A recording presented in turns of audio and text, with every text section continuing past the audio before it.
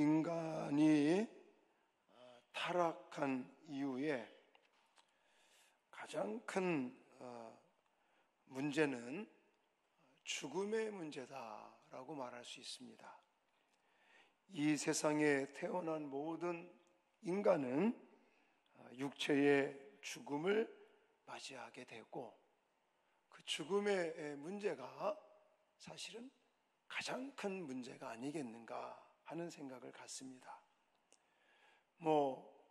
어떤 일들은 예를 들어서 열심히 하면 좀 극복되는 부분들이 있습니다.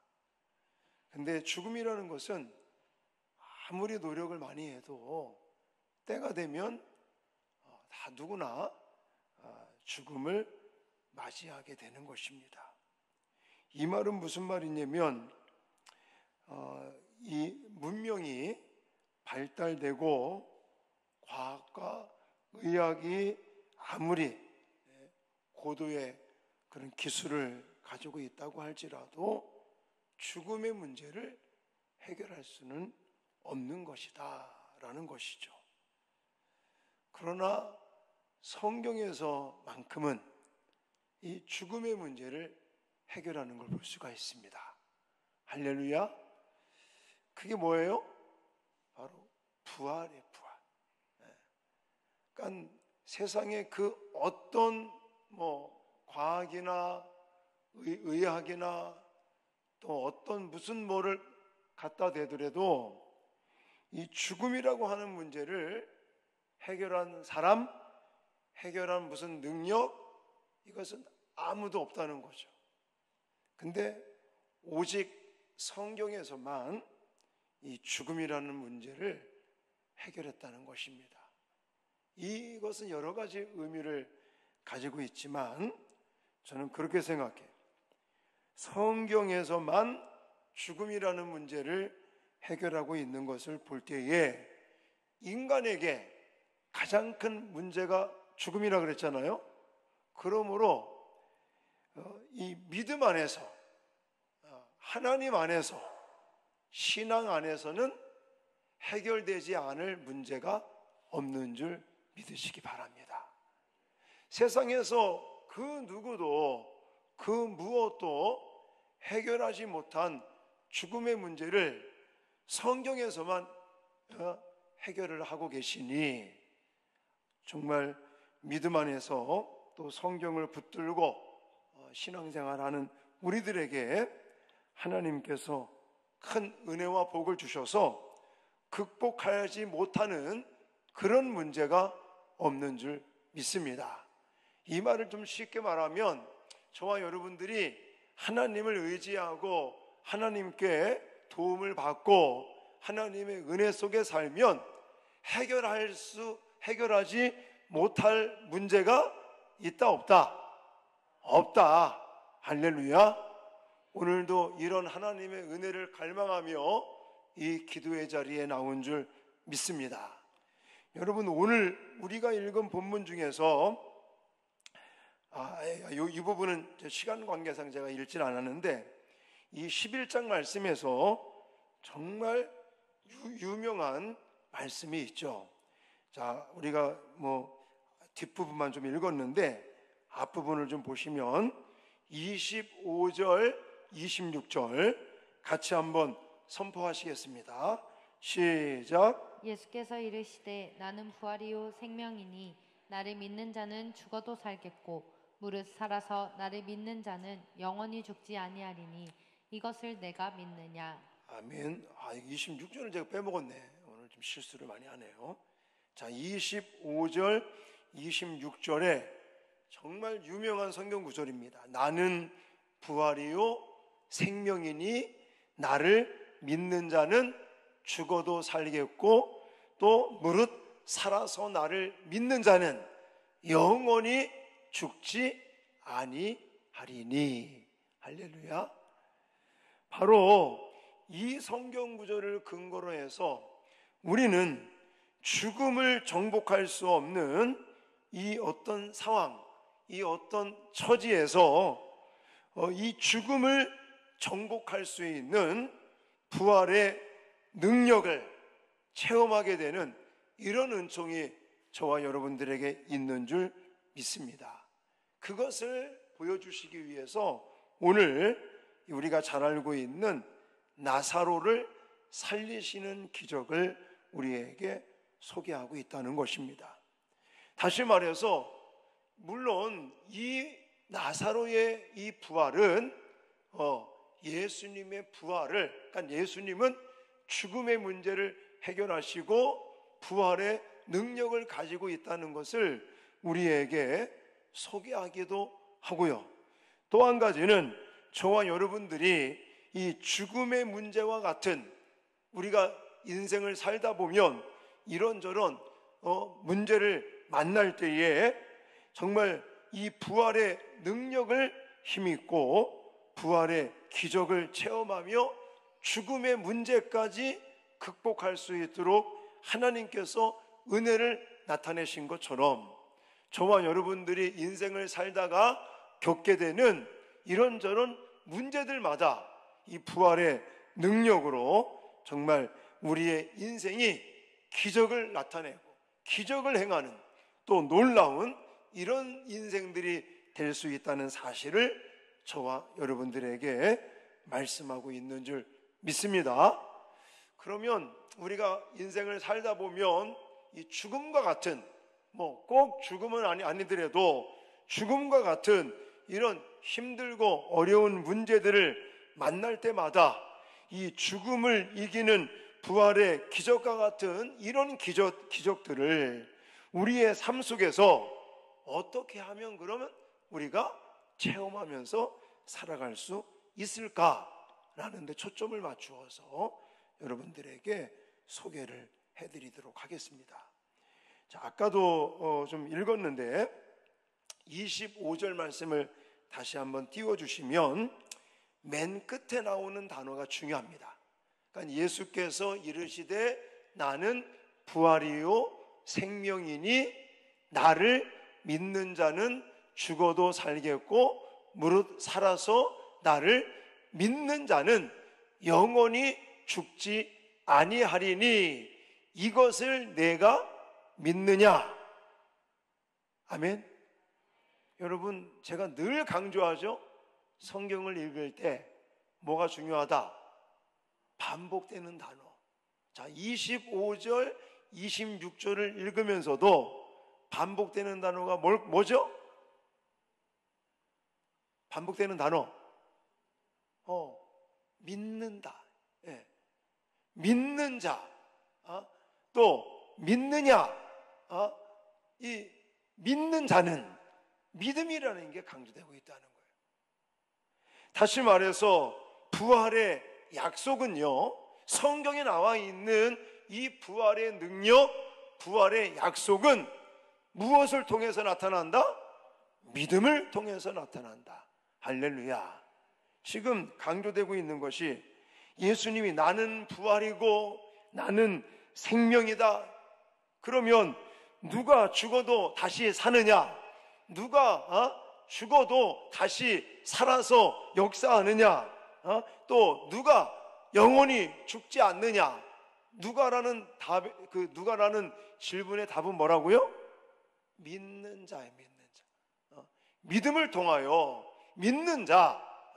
믿느냐? 계속 예수님께서 부활에 대한 이 기적을 실제로 보여주시고 또 이 부활을 강조하시면서 지금 반복적으로 계속 강조하는 게 믿느냐? 믿는 자가 또 믿음을 통해서 부활의 기적과 능력을 경험할 수 있다는 것을 우리에게 강조하고 있습니다. 여러분, 25절과 26절만 그런 게 아닌 거예요. 우리가 읽은 29절 말씀을 한번 볼까요? 자, 29절. 자, 이렇게 말합니다. 시작. 주여, 죽은 지가 나흘이 되었음에 벌써 냄새가 나나이다. 이 말은 무슨 말이에요? 지금 나사로의 무덤에 도착하신 예수님은 무덤을 막고 있는 돌을 옮겨 놓으라 라는 말씀을 명하십니다. 그러자 마리아가 지금 얘기한 거예요. 마르다. 마르다가 이야기하는 게 39절이에요. 주여, 죽은 지가 나흘이 되었음에 벌써 냄새가 나나이다. 자, 이 말은 무슨 말일까요?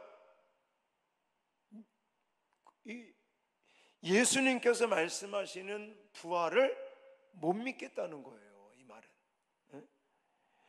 자, 40절 말씀 제가 쉬운 성경으로 준비를 했는데, 자, 이렇게 못 믿어 하는 마르다, 자, 마르다를 향해서 예수님께서 뭐라고 말씀하시는지 쉬운 성경을 보고 같이 읽겠습니다. 시작. 예수님께서 마르다에게 말씀하셨습니다.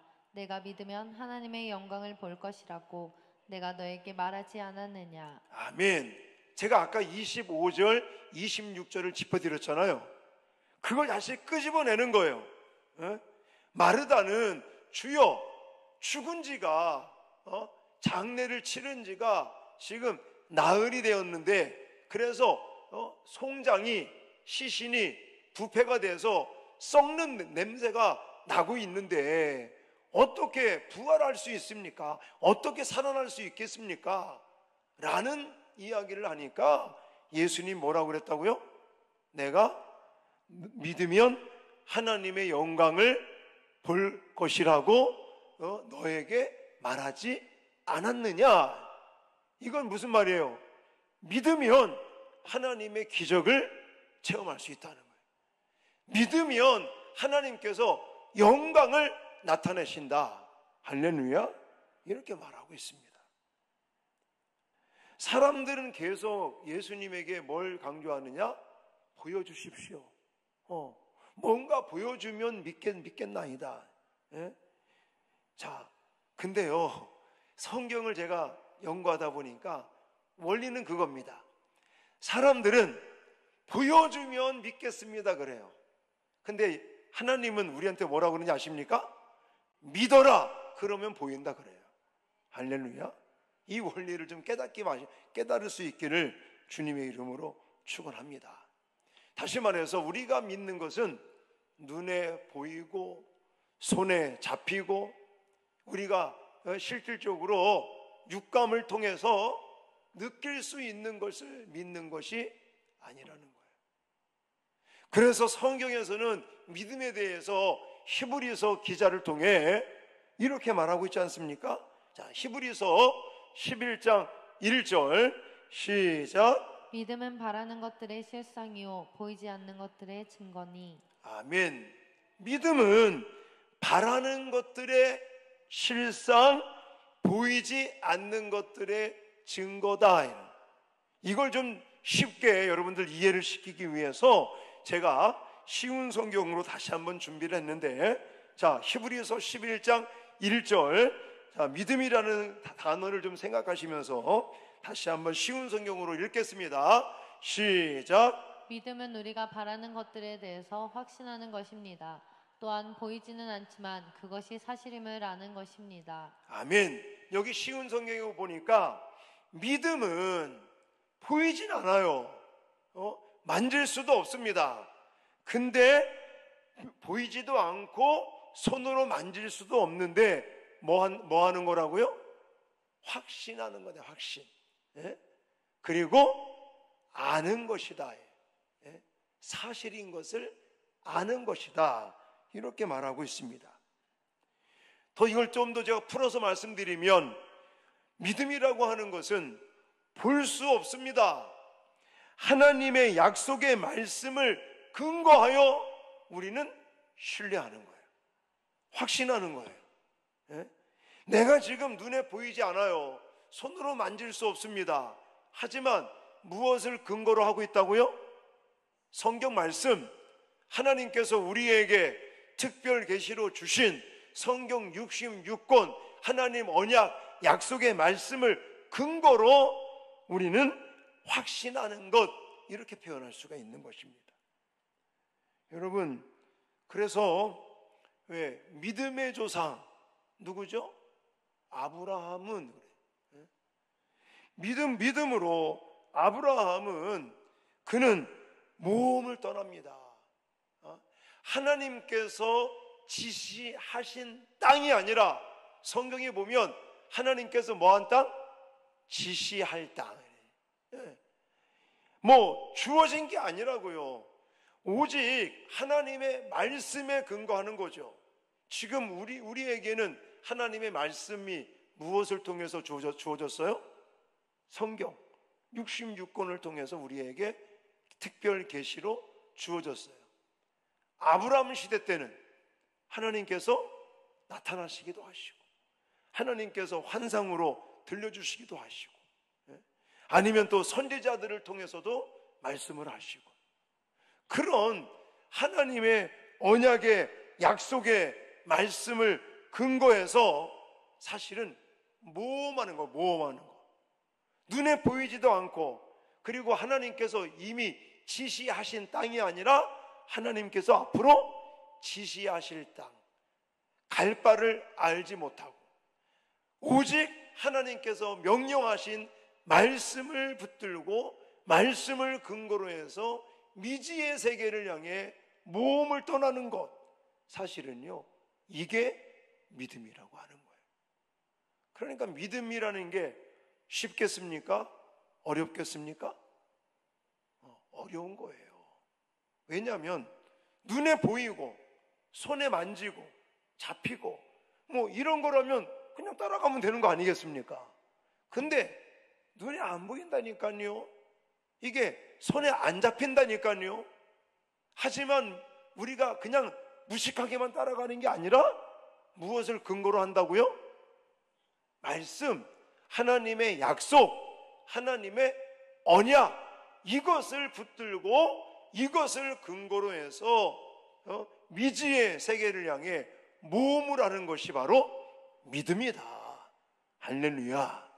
바로 이런 믿음을 통하여 우리는 하나님의 능력과 기적, 오늘 본문에 나타나는 죽은 지 나흘이 되어서 냄새가 나는 그런 나사로까지 다시금 살리는 부활의 기적, 부활의 능력을 체험하게 된다는 사실을 믿으시기 바랍니다. 여러분, 과거 이스라엘 백성들이 광야 생활을 할 때도 마찬가지였습니다. 물론 하나님께서는 가나안 땅이라고 하는, 젖과 꿀이 흐르는 땅이라고 하는 것을 보여주셨고, 또 그 가나안 땅에 대한 언약, 약속을 주셨습니다. 그리고 이스라엘 백성들이 예를 들어 여리고성을 무너뜨려요.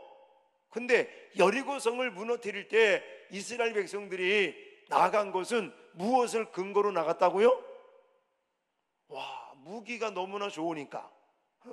그 당시에 정말 하나님께서 우리로 하여금 가나안 족속에 이제 여리고성, 거기를 쳐들어가서 그냥 쉽게 여리고성을 함락할 수 있도록 하나님이 정말 상상을 초월하는 그런 무기를 주셨어. 군사력을 많이 주셨어. 이걸 근거로 한 게 아니라는 거예요.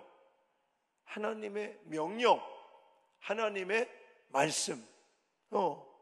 좀 이해가 안 되는 부분도 있었죠. 사실은 이해가 안 되는 부분이에요. 왜냐하면 여리고성을 무너뜨리려면 뭐를 어떻게 준비해야 될까요? 무기를 만든다든지 군사력을 보강한다든지 무슨 작전을 준다든지 군사적인 그런 전략을 세운다든지 이런 부분들이 있어야 되는데, 하나님께서 주신 명령, 말씀, 그건 뭐였었어요? 하루에 한 바퀴씩 돌으라는 거예요. 여리고성을 돌아라.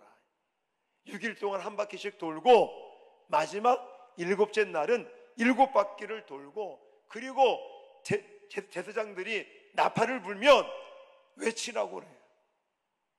이 방법 가지고는요 여리고성을 무너뜨릴 수 있는 그런 어떤 이게 이해가 되지 않는 부분입니다. 근데 근거는 뭐라고요? 하나님의 말씀이니까, 하나님의 명령이니까, 그 한 가지 하나님의 약속의 말씀, 하나님의 명령, 그 한 가지만 붙들고 하나님 말씀대로 순종하며, 그것도 마찬가지죠. 미지의 세계를 향해 미지의 그런 어떤 아직 확정되지 않은 뭔가 확실하지 않은 거지만 우리는 하나님의 말씀, 하나님의 명령을 근거로 하고 신뢰하고 미지의 세계를 향해서 모험을 하는 거죠. 그랬더니 여리고성이 무너집니다. 할렐루야.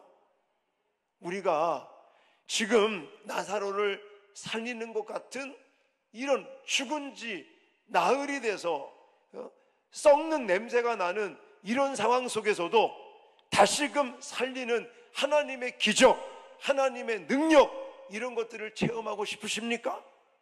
그러면 믿음으로 반응하시기를 바랍니다.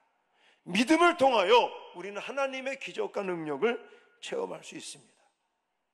두 번째, 사랑을 통하여 하나님의 기적과 능력을 체험할 수 있다. 그렇게 이야기하고 싶어요.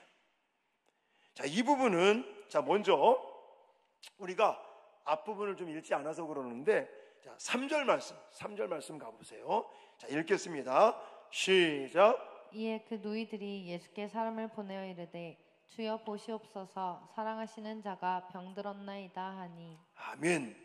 제가 이 3절 말씀을 끄집어낸 이유는 뭐냐면 여기서 나사로를 향한 예수님과 나사로와 또 마르다 마리아잖아요. 그 가족과의 관계를 가만히 이렇게 본문을 통해서 느낄 수 있는 것은 뭐냐면 사랑하는 자, 이 단어가 또 반복이 돼요. 자, 3절에도 보시면 주여 보시옵소서 누가 병들었나이다? 사랑하는 자가 병들었나이다, 이렇게 표현하고 있습니다. 자, 또 5절 말씀을 가서 5절 보시면 예수께서 본래 마르다와 그 동생과 나사로를 뭐 하시더니? 사랑하시더니. 또 오늘 본문으로, 우리가 읽은 본문으로 와보시면, 그러니까 5절 말씀은요 실제로 마리아, 마르다, 나사로 이 사람들만 느끼는 게 아니라 동네 사람들도 느끼는 거. 동네 사람들 옆에서 마르다, 마리아 또 나사로 사는 그 동네 사람들도 예수님은 나사로 가족들을, 마르다, 마리아 이 사람들을 뭐 한다? 너무너무 사랑한다 라는 것을 느끼는 거죠. 자, 35절에는요 이렇게 말합니다. 나사로의 무덤에 도착하신 예수님의 모습을 뭐라고 표현했어요? 눈물을 흘리시더라. 왜 눈물을 흘릴까요? 슬픈 거죠. 사랑하는 자가 죽었다고 하니까. 또 사랑하는 자가 지금 죽어서 장사 지낸 무덤 앞에 서니까 물론 살릴 거지만 사랑하는 자이기 때문에 눈물이 나겠죠. 그 다음에 36절도 보세요. 36절도 같이 읽겠습니다. 시작. 이에 유대인들이 말하되 보라 그를 얼마나 사랑하셨는가 하며. 아멘. 이것도 마찬가지예요. 유대인들, 그 동네 사람들이 마르다, 마리아, 나사로, 죽은 나사로, 그리고 예수님과의 관계를 가만히 보니까 뭐 하는 관계라고요? 너무너무 사랑하는 관계다. 나사로의 부활의 기적은 바로 이 사랑의 눈물이 가져온 능력이다 라고 말할 수 있다는 겁니다. 성경에는 예수님께서 눈물을 흘리신 적이 3번이에요. 3번. 언제 예수님께서 눈물을 흘리셨게요? 오늘 본문에 나오는 거, 나사로의 죽음을 보시고 눈물을 흘리셨어요. 두 번째는 멸망당할 예루살렘을 보시면서, 예루살렘 성을 바라보시면서 눈물을 흘리실 때가 있었습니다. 그리고 겟세마네 동산에서 기도하실 때 눈물을 흘린 것을 볼 수가 있습니다.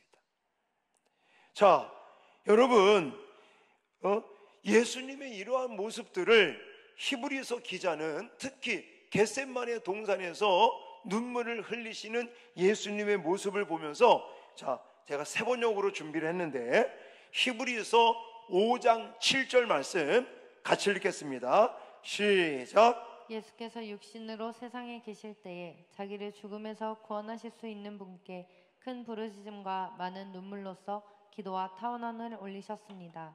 하나님께서는 예수의 경외심을 보시어서 그 간구를 들어주셨습니다. 아멘.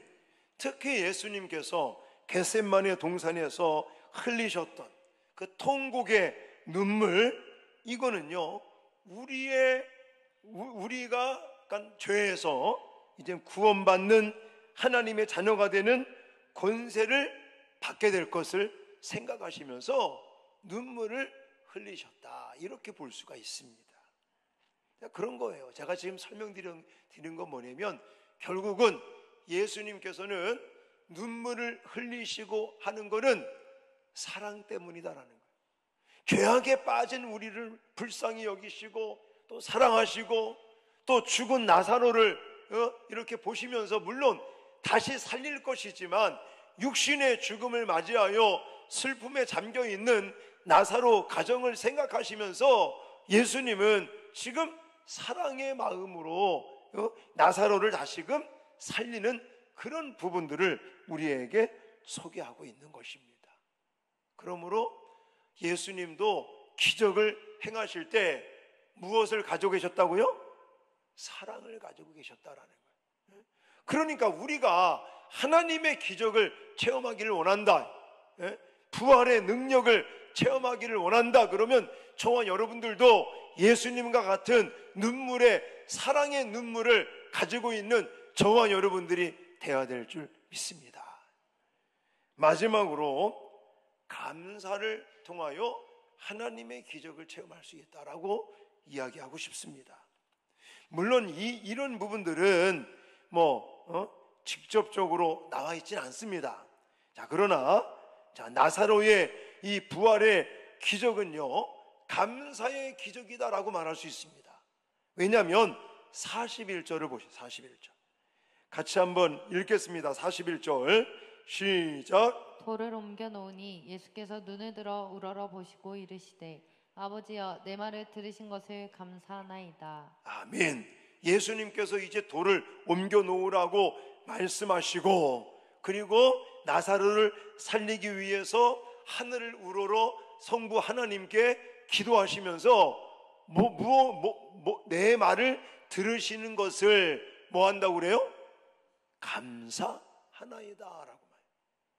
우리는 이걸 가리켜서 미리 감사해요. 살렸기 때문에 감사하는 게 아니라 살리실 것을 기대하고 미리 감사한다, 이렇게 표현을 합니다. 이 죽음 앞에서의 감사를 보라는 거예요. 이제 하나님 아버지께서 행하실 위대한 일을 기대하며 감사했다는 감사의 기도를 드리고 있다는 것입니다. 자, 42절도 보세요. 42절 같이 읽겠습니다. 42절 시작. 항상 내 말을 들으시는 줄을 내가 알았나이다. 그러나 이 말씀 하옵는 것은 둘러선 무리를 위함이니 곧 아버지께서 나를 보내신 것을 그들로 믿게 하려 함이니이다. 아멘. 여기 보시면 항상 내 말을 들으시는 줄을 내가 알았나이다. 이 말씀 하옵는 것은 둘러선 무리를 위함이니 곧 아버지께서 나를 보내신 것을 그들로 믿게 하려 함이니이다. 결국은 감사를 통해서 더 이 죽은 나사로를 살리시고, 이걸 통해서 하나님의 기적과 살리는 부활의 능력을 나타내시고 계시다는 사실입니다. 여러분, 감사 많이 하고 계십니까? 우리 교회 미라클 100일 감사를 작년에 시작을 했고 올해 또 두 번째로 또 스타트를 끊었어요. 이제 우리가 지금 한 일주일 좀 안 됐잖아요. 지난 주일날서부터 했는데 제가 수요일날도 물어봐요. 수요일날도 절반도 손을 안 드시더라고. 오늘도 한번 해봐야 되겠다. 자, 미라클 100일 감사 나 지금 하고 있다. 자신 있게 옳다. 네. 손 내려. 아직도 안 하십니까? 좀 해봐요. 아직 늦지 않았어요. 아직 일주일도 안 지났고, 아직까지는 밀린 것도 쓸 수 있어요. 근데 이제 좀 더 넘어가면 밀린 거 쓰기 힘들어요. 우리 한번 해보자고요. 왜냐? 감사할 때 하나님의 기적이 나타납니다. 오늘 본문에도 예수님께서 성부 하나님을 향해서 기도하면서 뭐부터 하고 계셨다고요? 감사부터 하는 거예요. 감사부터. 제가 책을 읽다가 감사에 대해서, 이건 실화예요. 실화. 독일에 있었던 이야기인데, 옛날 독일에 참 기근이 일어나고 굉장히 막 살기 힘들고 어려울 때 어떤 부자 할아버지가요, 동네 아이들을 모아놓고 그 아이들한테 너네들 마음대로 빵을 골라가라.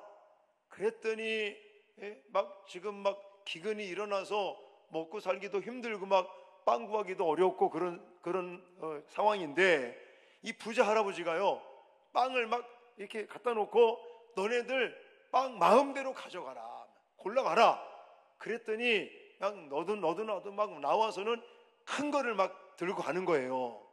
근데 여자 아이 한 명이, 몸이 좀 허약한 아이가 항상 꼴통으로, 항상 꼬도바리로 와서 채고 이제 다른 사람들이 다 골라가고 나서 나머지 하나를 들고 가면서 다른 아이들은 그냥 자기 거 챙겨서 막 집에 가기 바쁜데, 꼭 그 아이는 맨 마지막에 남아서 뭐 다른 아이들이 좋은 거 다 가져갔겠죠. 그리고 자기가 이제 하나 고르고 항상 이 할아버지한테 감사하다고 인사를 하고 가는 거예요. 그 다음 날도 다른 아이들은 그냥 빨리 나와서 최고로 크고 최고로 맛있어 보이는 빵을 막 들고 가는데, 이 아이는 항상 꼬두바리로 와가지고 하여튼 맨 마지막에 골라서는 그 할아버지한테 감사합니다 인사를 하고 가는 거예요. 이 할아버지가 그 아이를 보면서 그날도 똑같이 또 빵을 갖다 놓고, 또 얘들아 빵을 가져가라, 또 똑같죠.